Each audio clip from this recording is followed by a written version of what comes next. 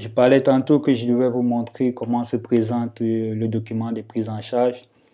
Et sachez que vous pouvez télécharger ce document via Google. Vous allez sur la plateforme de recherche Google, vous pouvez télécharger ce document. Et rassurez-vous que là, c'est ANES 32 et c'est engagement de prise en charge. Et ça, c'est le document vierge de prise en charge. Je vais vous montrer également comment on le remplit. Et pour la petite information, sachez que tout le monde peut vous prendre en charge, qu'il soit en Chine, en Afrique, en Europe, peu importe l'endroit du monde où il se trouve. Tout le monde peut être garant à la seule condition qu'il doit remplir les critères demandés par l'administration belge pour être garant d'un étudiant. Je me répète, tout le monde peut être garant à condition qu'il doit remplir les conditions sollicitées par l'administration belge. Et dans mon e-book, j'ai mis tous les métiers susceptibles d'être garants en Afrique parce qu'il y en a plein de gens en Afrique qui peuvent être garants, sauf que certains, ils ont peur de montrer ce qu'ils ont et d'autres, ils n'ont pas l'information. Voilà, j'ai mis toutes les informations, tous les boulots susceptibles d'être garants dans mon e-book et aussi comment calculer le garant. Donc, peu importe l'endroit du monde où il se trouve, dorénavant, vous pouvez demander les documents de votre garant et calculer sa solvabilité. Donc, la prise en charge, dorénavant, ne sera plus un sujet à débattre pour ceux qui regarderont cette vidéo. Voilà, j'ai rempli le document de prise en charge. Je n'ai pas voulu faire devant vous parce que ça devait prendre énormément de temps et la vidéo devait être assez longue. Vous vous rendez compte, c'est le même document sauf que je l'ai rempli et tout ce que j'ai mis est en rouge. On peut bien agrandir pour mieux vous présenter. Le premier truc, c'est se rassurer si c'est le document si c'est la NES 32.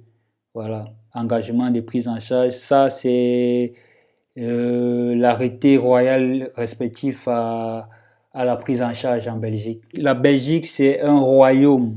Voilà, la Belgique, ce n'est pas une république. Déjà, pour établir une prise en charge, il faudrait savoir qui sera votre garant. La deuxième question à se poser, c'est est-ce que ce dernier remplit les conditions demandées par l'administration belge?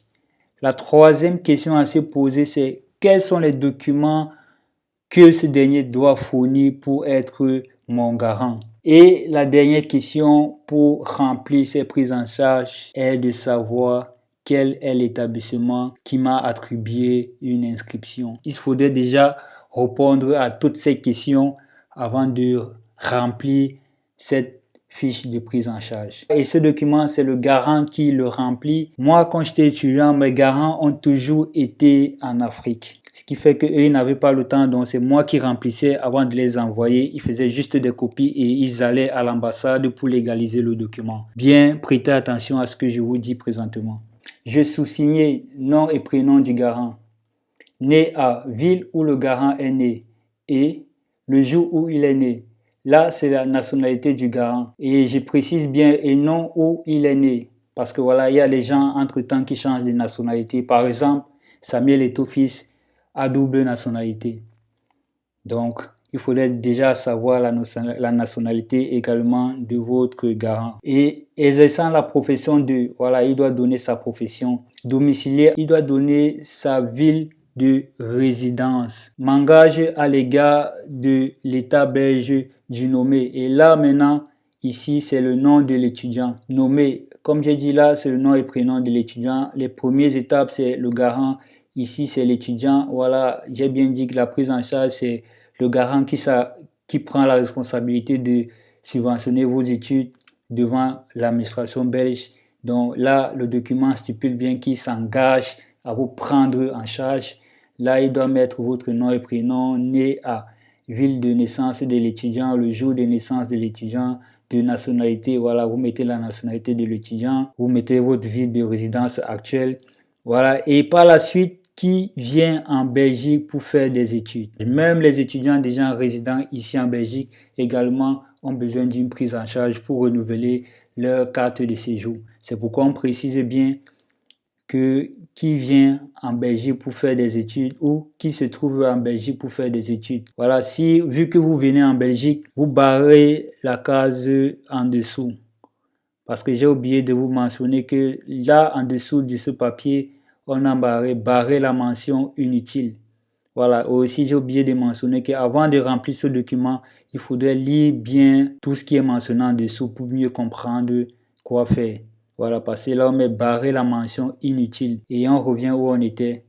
Là, ça veut dire la mention inutile, c'est qui se trouve en Belgique pour les études, vu que le but, c'est de constituer le document depuis l'Afrique. Donc, là, maintenant, vous êtes dans le cas qui vient en Belgique pour faire des études. Donc, comme on a dit, on barre la mention inutile, c'est ici que vous devez barrer en un trait. À prendre en charge les soins de santé, les frais de séjour, d'études et de rapatriement de prénommés. Voilà, comme j'ai l'habitude de dire, il ne faudrait pas qu'un garant vous signe une prise en charge sans toutefois savoir quoi il signe. Parce qu'il s'engage devant les administrateurs belges de vous prendre en charge. La présente prise en charge prend cours à la date de la signature. Donc, cette prise en charge devient effective le jour qu'il est signé à l'ambassade ou dans une administration belge. Et ici, on dit pour l'année scolaire académique pour toute la durée des études. Bon, ça dépend du garant. Si il peut signer pour l'année académique ou pour toute la durée des études. Et il barre la mention inutile, donc ce qui ne l'arrange pas, il doit barrer. Je garantis toutefois le paiement des frais de rapatriement au-delà du terme fixé ci-dessous, à la condition d'une mesure d'éloignement ai-je été prise à l'encontre de l'intéressé dans le trimestre qui suit la date d'expiration de son titre de séjour.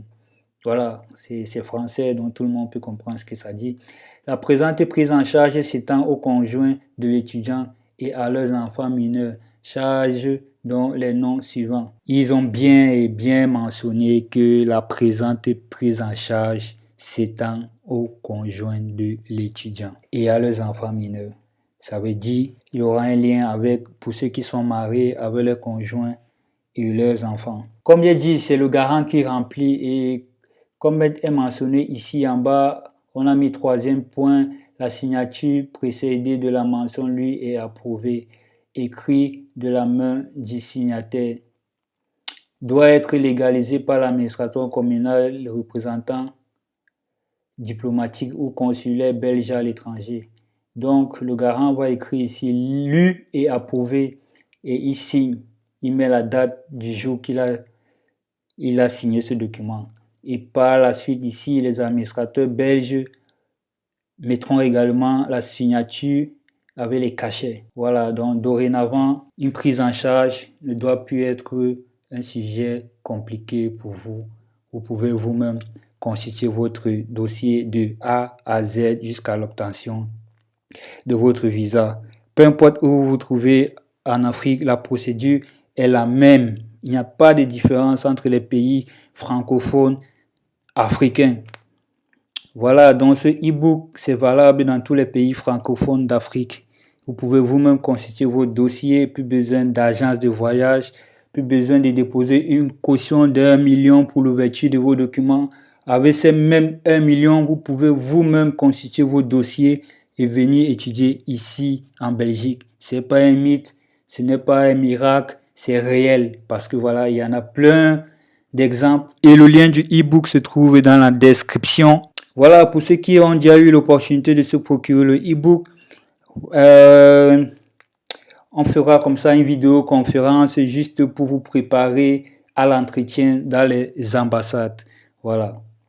Et pour ceux qui ont eu l'opportunité de se procurer le e-book, veuillez bien me contacter. Du moins, mon équipe et moi, on entrera en contact avec vous et on vous préparera comme ça à l'entretien à l'ambassade. Et ceux qui n'ont pas de garant, veuillez également entrer en contact avec nous afin que nous vous mettions en contact avec des garants solvables.